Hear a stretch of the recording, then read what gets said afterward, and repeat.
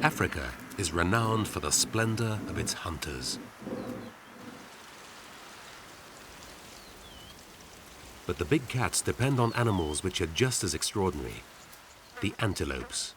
And their story, a story of flying hooves and fleeting shadows, is far more intriguing and surprising than you might at first be led to believe.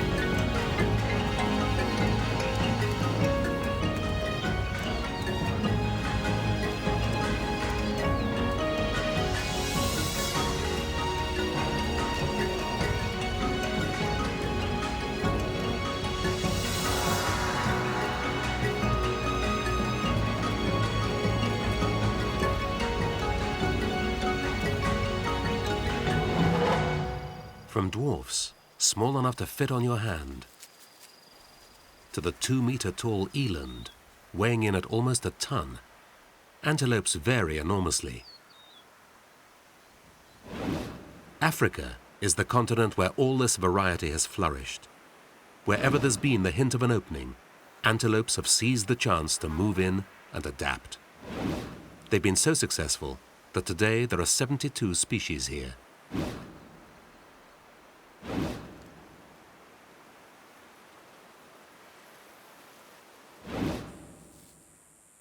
The first antelopes to reach Africa began to cross over from Asia some 23 million years ago.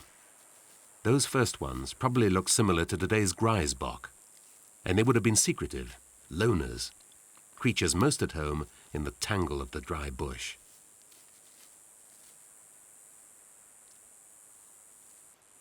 It was from these quiet beginnings that the antelopes colonized Africa. But it was two particular assets which allowed them to conquer new terrain. One was the cloven hoof.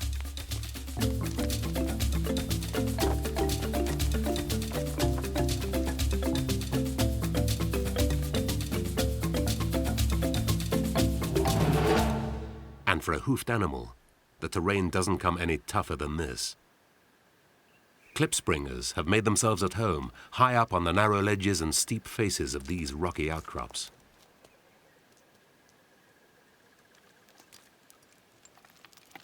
They've done it by evolving short rubber-like hooves for grip and muscle legs to leap across the rocks on tiptoe.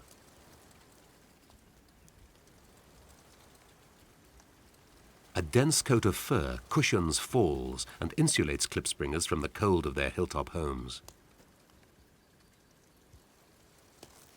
Highly territorial, these masters of the rocks rigorously guard their retreats against intruders and are always on the lookout for any fleeting shadows that spell danger.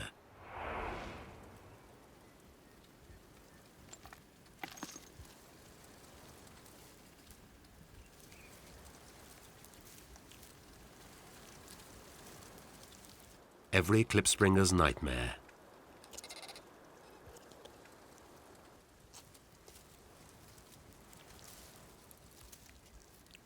The martial eagle is partial to small antelope, so when it comes to a contest between wings and flying hooves, the klipspringers can't afford to slip up.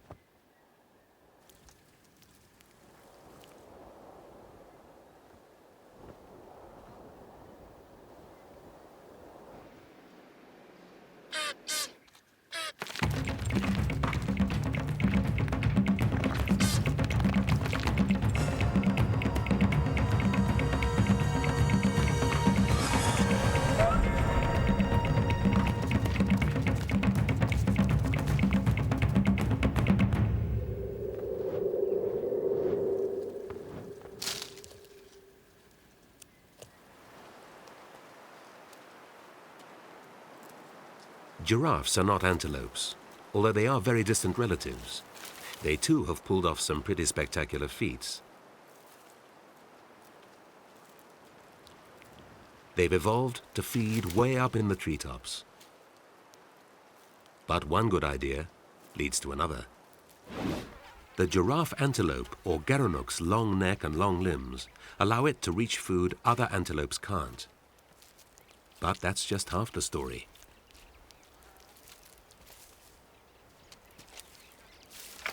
Standing on two legs allows the geronoc to reach tender leaves and young shoots 2 meters above the ground. And up here, it's giraffe country.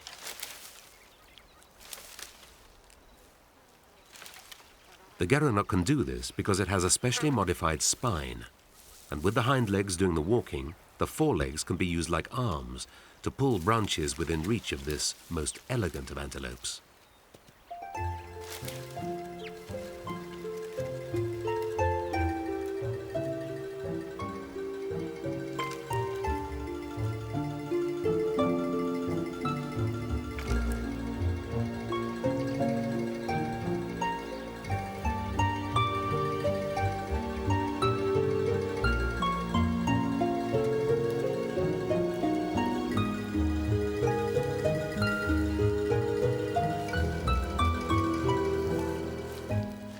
Apart from hooves, something else was to prove decisive for antelope success: digestion. A special stomach allows them to regurgitate food and rechew it over and over and over and over.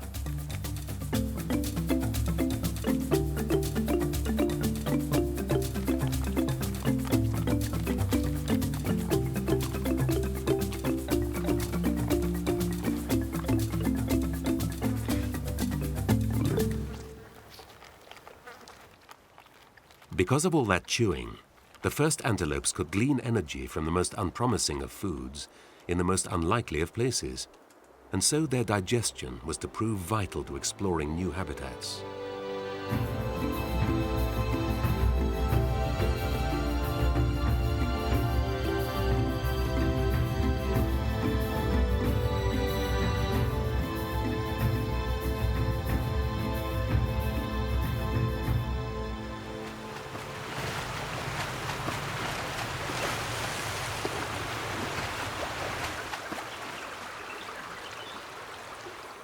Some antelopes ventured into the rainforest, where finding food and one another posed new challenges.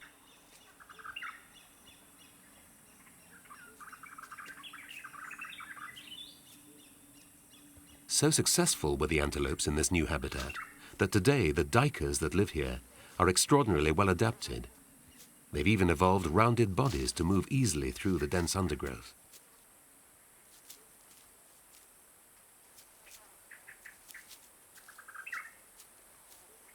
Just like their ancestors, they still live alone or in small family groups. They're highly territorial, as it pays to know their patch of the forest intimately. Of all the antelopes, the duikers have the keenest sense of smell and the largest brains to decipher signals in the dark tangle of the forest around them.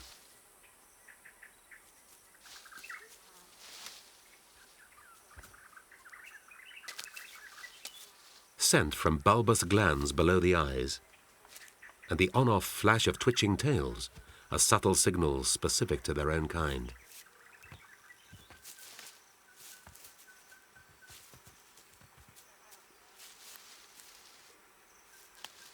Wherever the territory may be, in the forest, most of the food is locked up in the treetops out of reach. To come by enough, duikers have to be opportunists. For some of them, the solution was to find someone else to harvest the crop.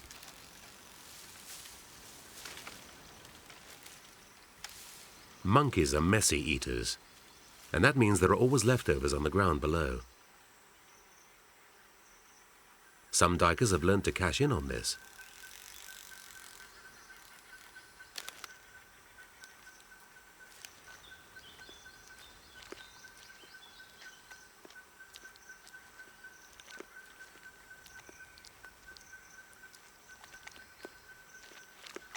As the forests changed over hundreds of thousands of years, the duikers changed too, and today they're perhaps the most successful of all antelopes. Africa's forests are home to 18 species. At almost a meter tall, the yellowback is one of the largest.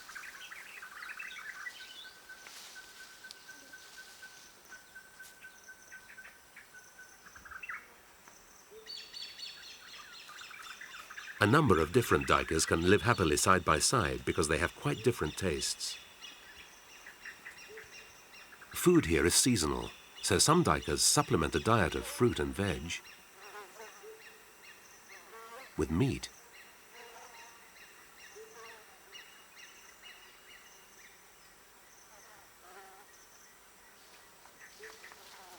A guinea fowl is a welcome find for a yellowback.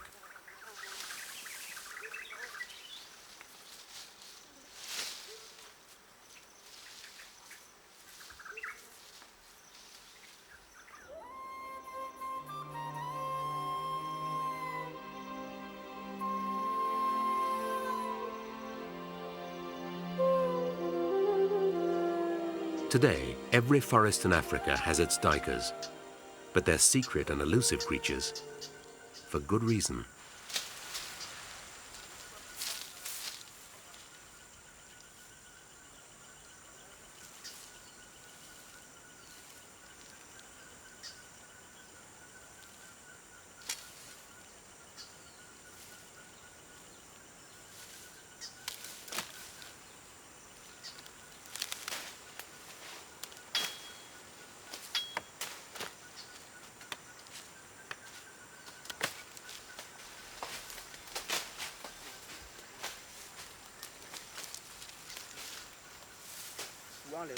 To escape pursuers, duikers will wait until the last possible moment and then dive through the undergrowth.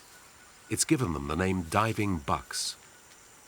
For thousands of years, our ancestors have hunted antelope like these, and today the duiker are increasingly under threat throughout Africa. An age-old hunting technique is to lay out a semicircular wall of nets in the forest.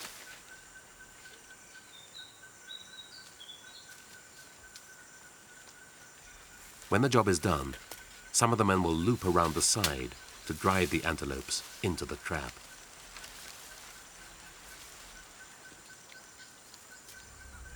All is set.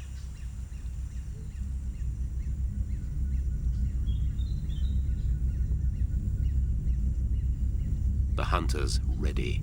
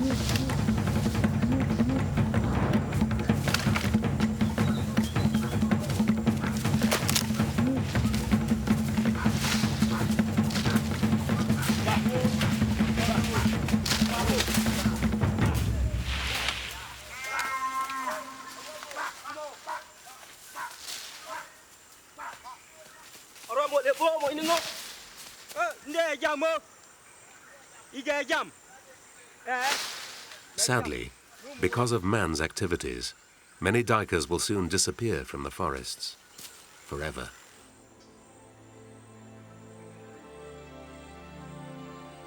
Over millions of years, the climate of Africa has changed, and the trees gave way to a newcomer, grass.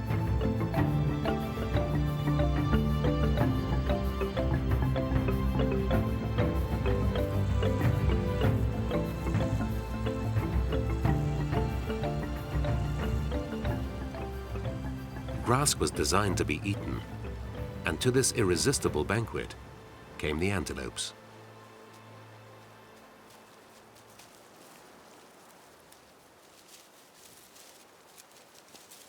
Grass grows from the base, so cropping doesn't kill it. The more you eat, the more it grows. And as the grasslands spread, the antelopes spread with them.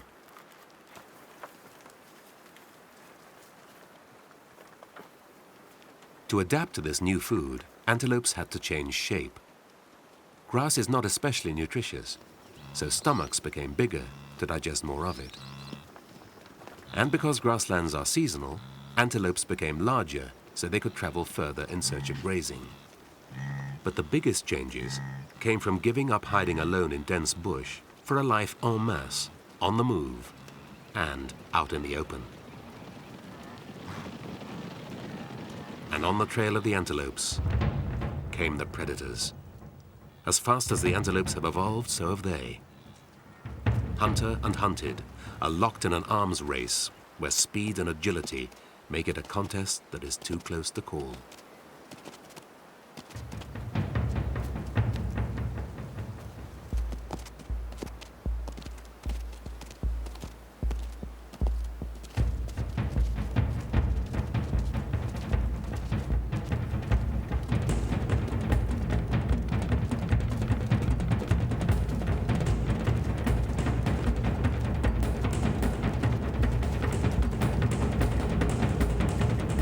With its ears pinned back, the gazelle keeps tabs on the approaching killer.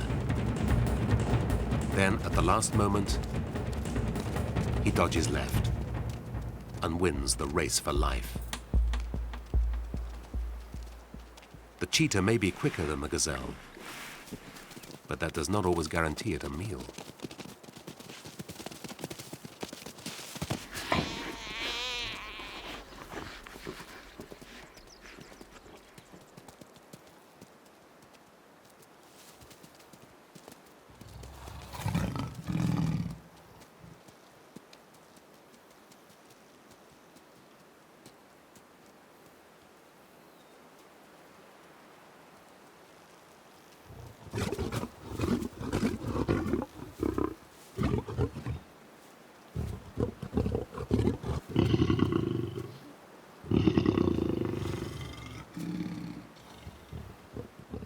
Out in the open, antelope like these topi are vulnerable and must be constantly on the lookout for danger.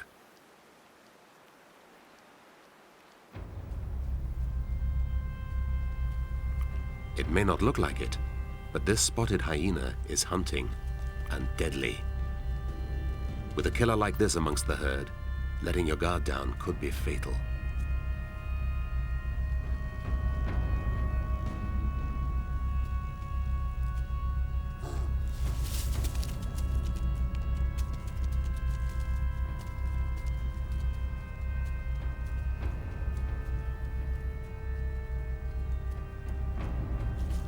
The predators have evolved different styles of hunting, and disguising your intentions is one way to go.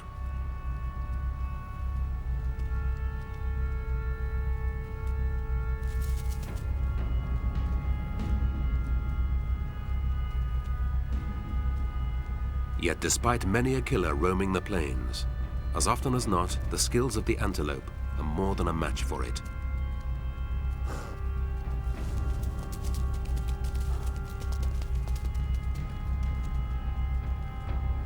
Today, the hyena will go hungry.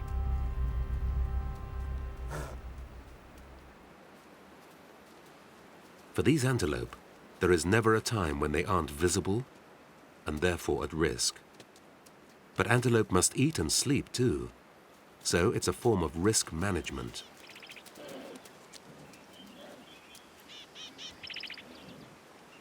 Even when they're alert, it's a balancing act, judging safe distances and the intent of the killers who are always out there.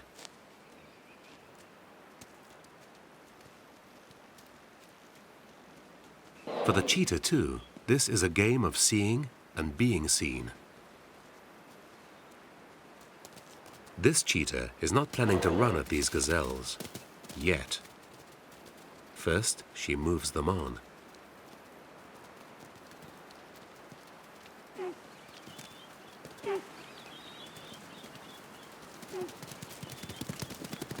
A fit antelope has every chance of outturning a cheetah. In moving the herd along, she's searching for signs of weakness. She's looking for youngsters, or heavily pregnant females, or better still, one that's lame. The antelope's injured leg is the handicap she's been searching for.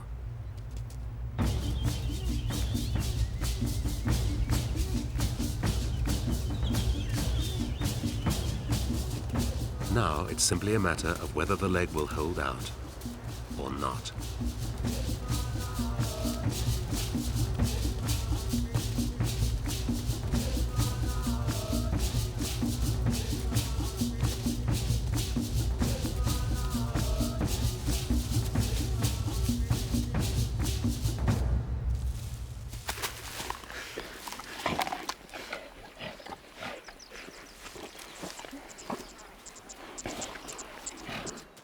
Surprisingly, these gazelles have adapted to life out in the open by becoming more, not less, conspicuous. The direction of the side stripes can be seen for miles, and at a glance show which way the animals are facing. Perhaps it's towards a predator.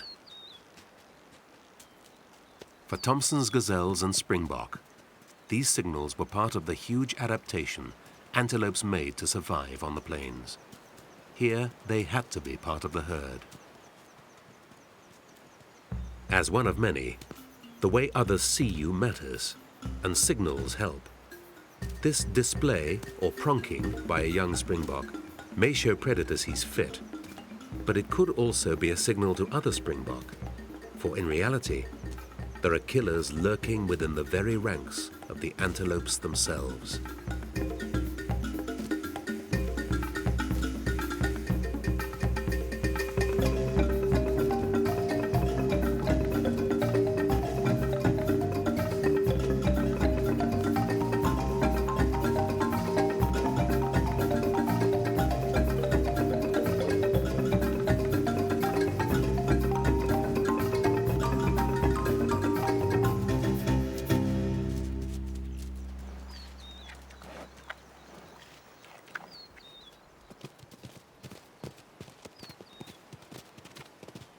Always at the sharp end of the hunt, antelope, just occasionally, fight back.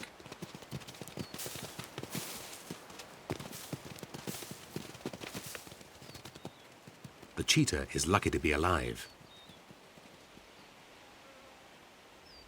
Horns are lethal weapons, designed not with predators, but antelopes in mind. And the variations are endless.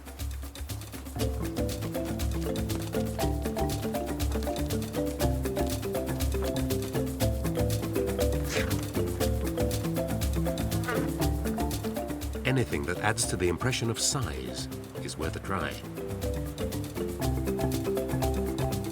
All male antelopes have horns, and all horns can kill, even those of the tiny dik-dik.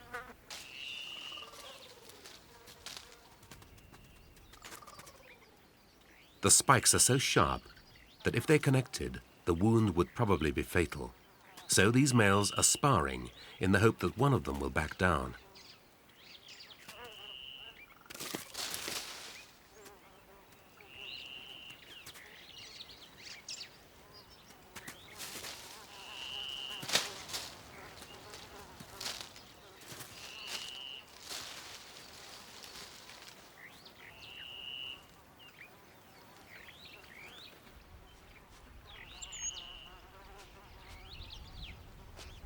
Dik-dik are monogamous, and the female is the entire focus of the male's life.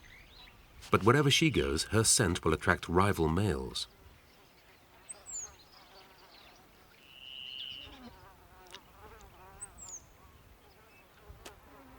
The problem for her partner is how to deter rivals from making a challenge that could end with serious injury, even death. To make that less likely, the male must cover each trace of her presence with his own scent.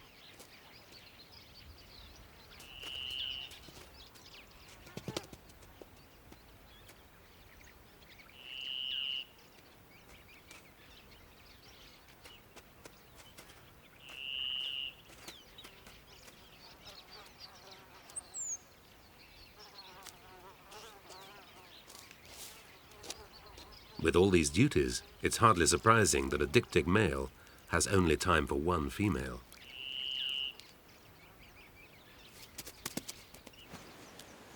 Because of the risks of injury, male antelope have evolved trials of strength that help avoid an outright clash. Horns aren't all that a male gets to show off. These Grant's gazelles are sizing up each other's neck muscles. A prize fighter will be especially well endowed, and a simple look is often enough to deter a challenger.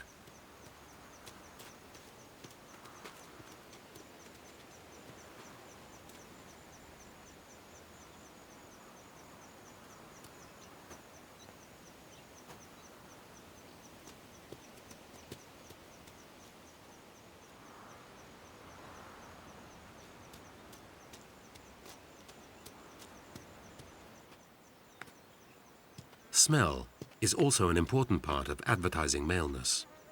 Transferring secretions from a scent gland near the eye onto grass stems, and then the horns, help spread odors that say, "Watch out, male on the rampage."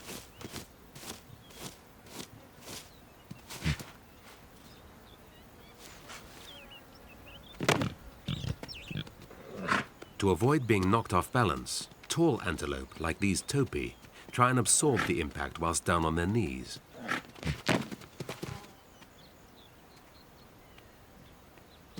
With two evenly matched males, a clash of horns may be the only way to decide which animal will come out on top.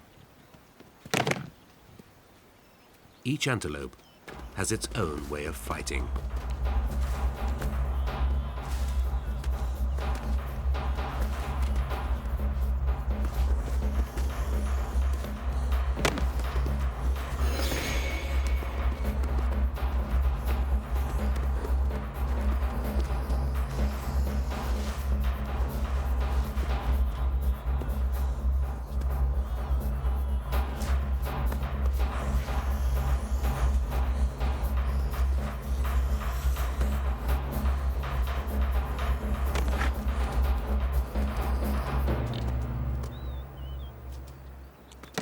The heat of battle is so intoxicating, it's all too easy for the warriors to forget about the hunters that shadow them.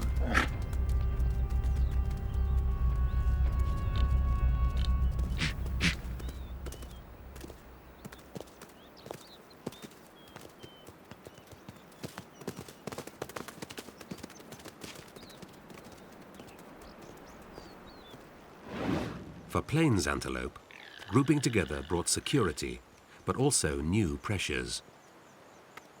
In large herds, choosing a suitable mate can be a problem. Every male wants to mate with every female. But every female wants to mate only with the very best male.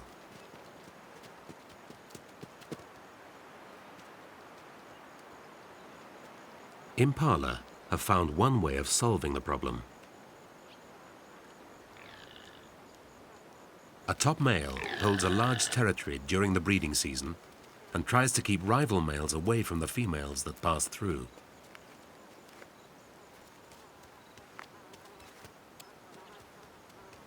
With female clans of 100 or more, it's an exhausting task and an irresistible challenge to rivals.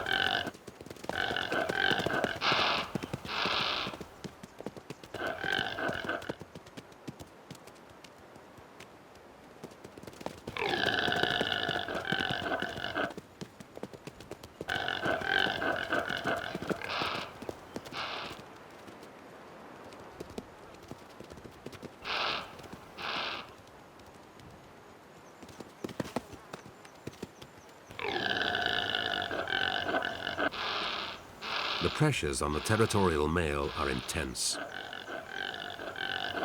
He's alone against the endless threat of fresh males waiting in the wings.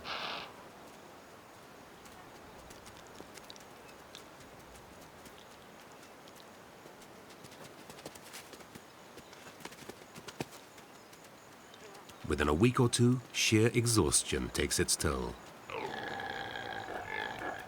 A fitter, fresher rival will move in to replace the top male. The problem of the mating game has been solved in a completely different way elsewhere in Africa, by a quite different antelope.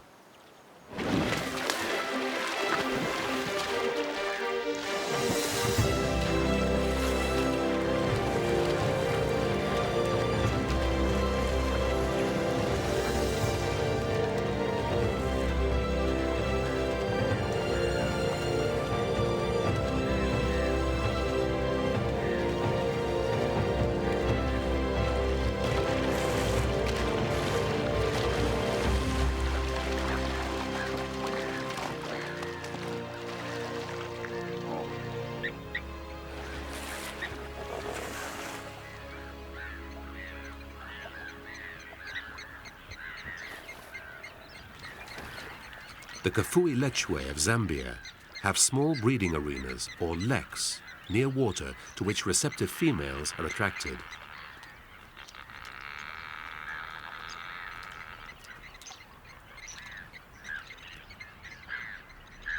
Males on the lek are already part of an elite. The 50 or so here have fought off hundreds of others to claim a patchwork of tiny territories, each only 10 meters or so across.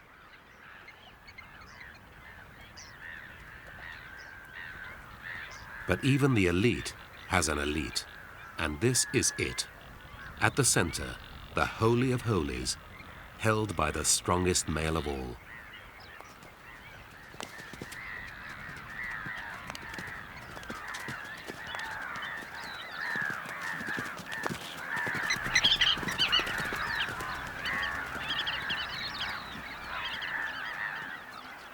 The territories are too small to provide food, but they do give the right to mate. All the males on the lek are tried and tested, but only a lucky few will get to mate with the females who come from far and wide and follow the scent trail left by other females to the most popular male.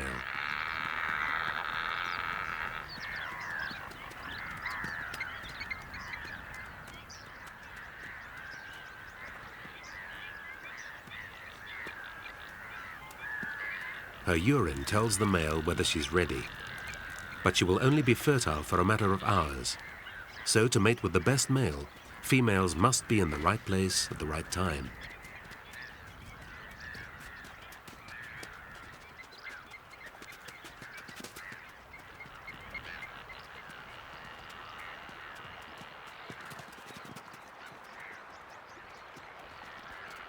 For all the lechwe, the atmosphere on the lek is charged with sexual tension. Inferior males trying to sneak in and mate on the sly must be driven out.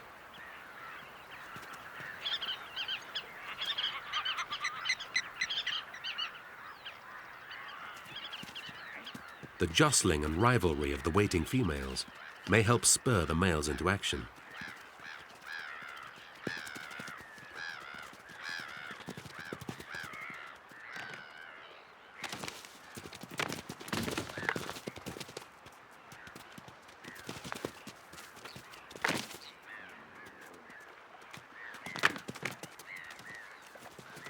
The mating system that the Kafue lechwe have evolved guarantees that the next generation will be healthy. But for the males who must fight for the right to mate, it can lead to serious injury, even death.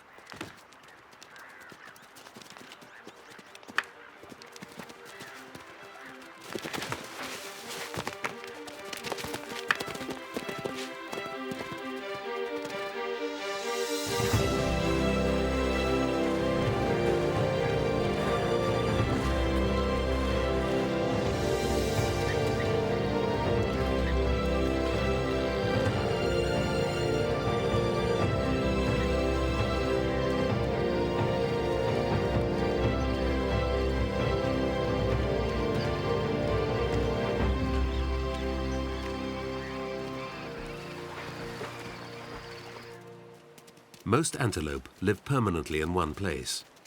For those that don't, the problems of mating are compounded, and that has produced spectacular results for one, the wildebeest.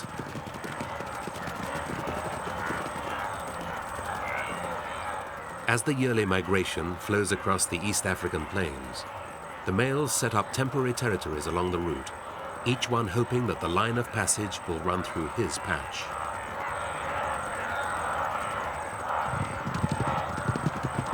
A few paces from the main stream, and a male is out of contention and can only watch as rivals get all the action.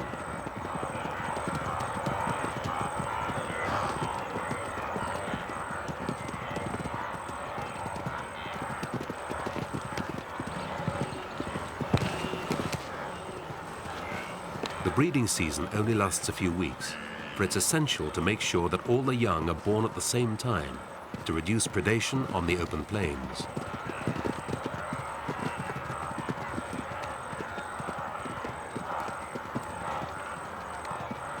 As the migration passes through, a male must first try to find and cut out from the herd any female that's ready to mate.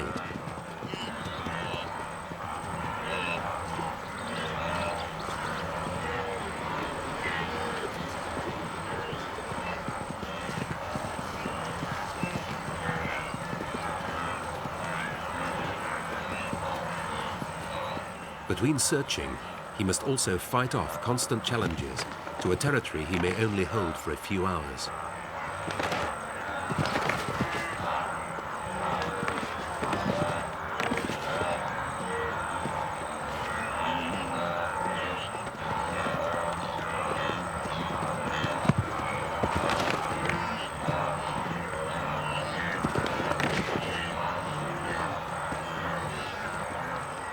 And as the migration moves on, he too must move on, or risk being left far behind.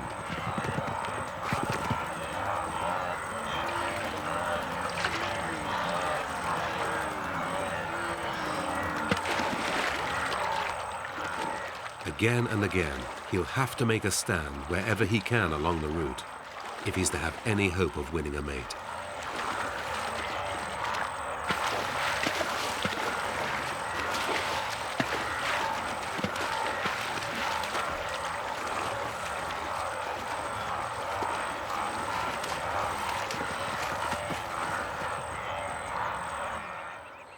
The scale of the rutting grounds of the wildebeest is extraordinary.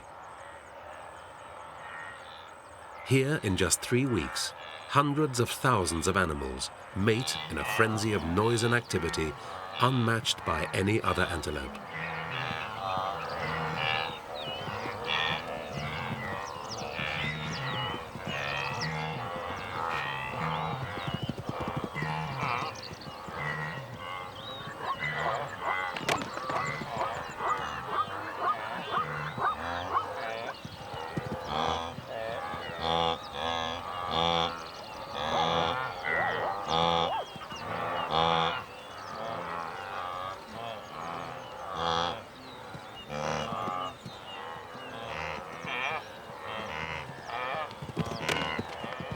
All this activity takes its toll on some. For a male with broken horns, the rutting days are over. All he can do is watch and yearn for what could be.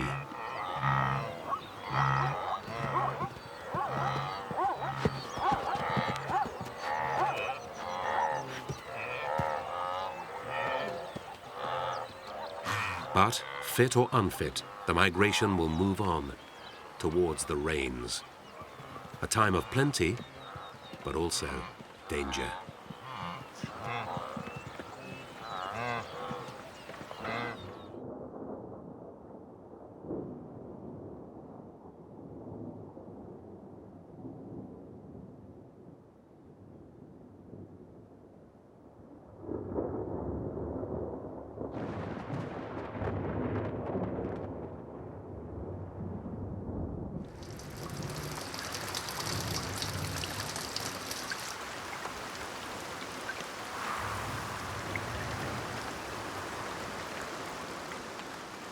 Downpours deaden the senses of antelopes. In these conditions, sight, hearing, and smell are hampered, and that makes the herds edgy and vulnerable.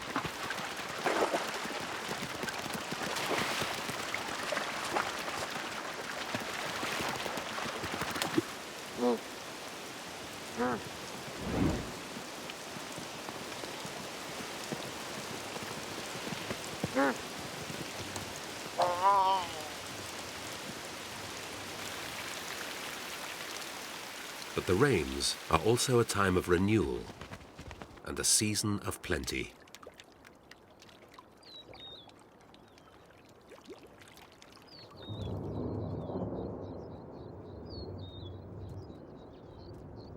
It's a time when many females leave the herd and find a quiet spot to give birth alone.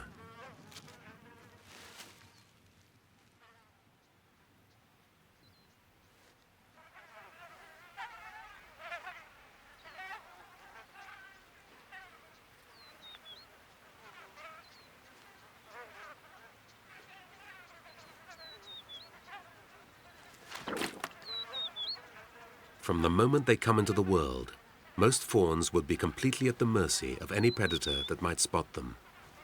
So the mother antelope goes to great lengths to remove all evidence of the birth. For the first few days, she'll hide her fawn out in the grasslands. The baby's scent glands are inactive now to minimize detection by hunters.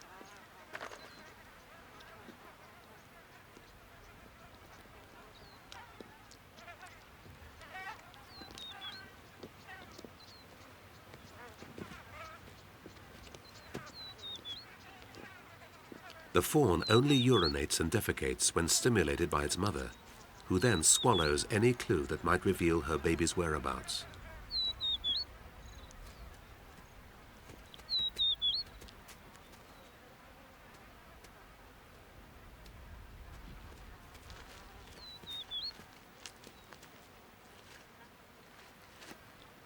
Even in the most open terrain, a newborn lying motionless is extremely hard to spot.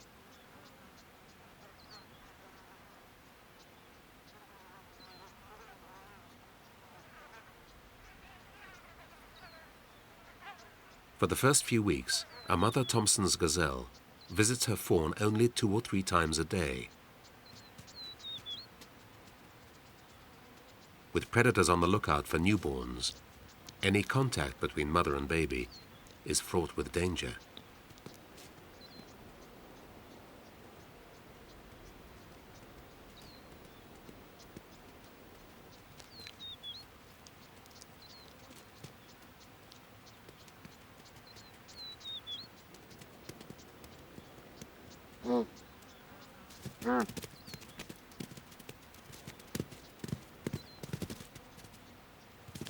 Once spotted, there's little even the bravest of mothers can do to protect her offspring.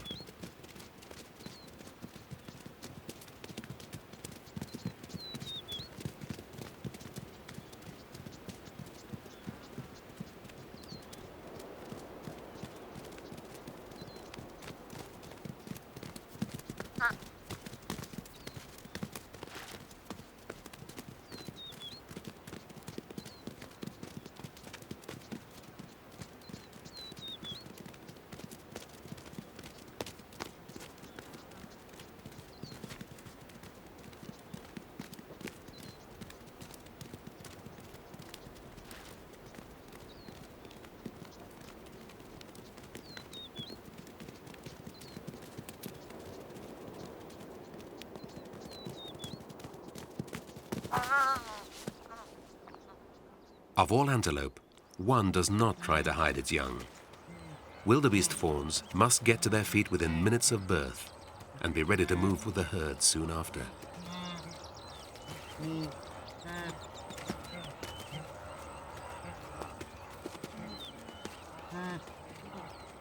Mother and calf recognize one another by smell and call, essential if they're to stay together in the herd.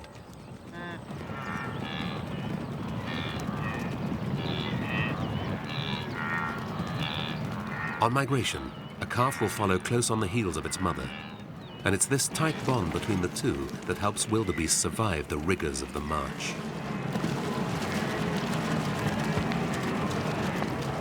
Perhaps the greatest challenge that lies across their path is the Mara River on the plains of Kenya.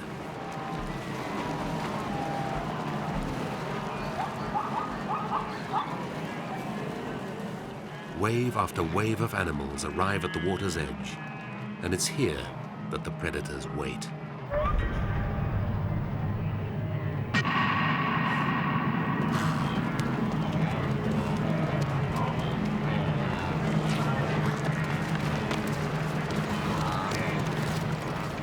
For the wildebeest, it's now that the strong bond between mother and calf really pays off.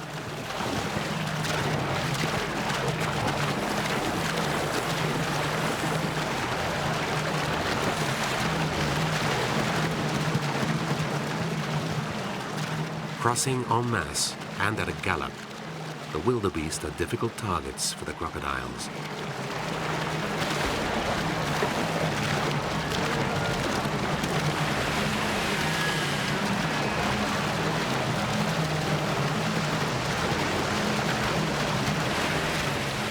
For the smaller tommies, it's a different story.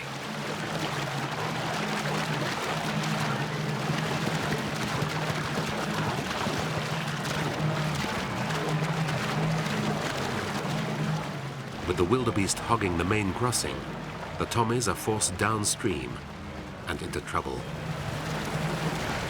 The steep banks here are a death trap.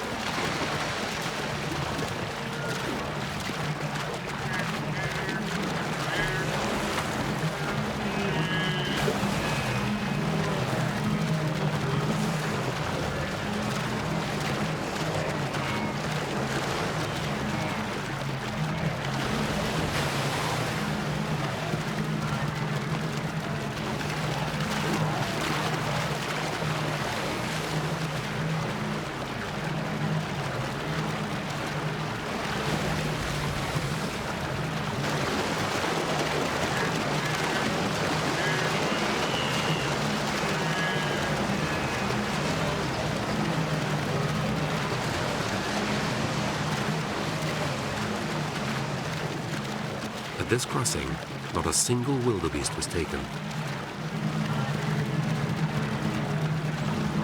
Surprisingly, most of the tommies escaped this killing. There were just too many for the crocodiles to catch.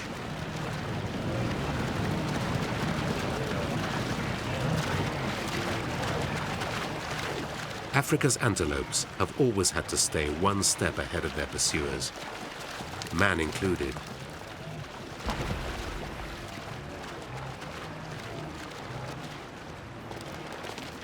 For thousands of years, antelopes not only sustained, but captivated our hunting ancestors. Yet we perhaps know less about these extraordinary creatures than they did.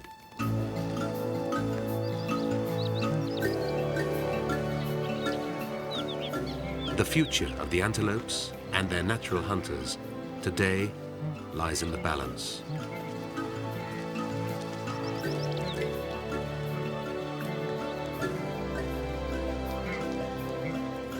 For the richness of the antelopes and of the big cats will only endure if we care about their fate. It's hard to imagine what Africa would look like if the flying hooves and fleeting shadows that grace its wilds should disappear from the picture forever.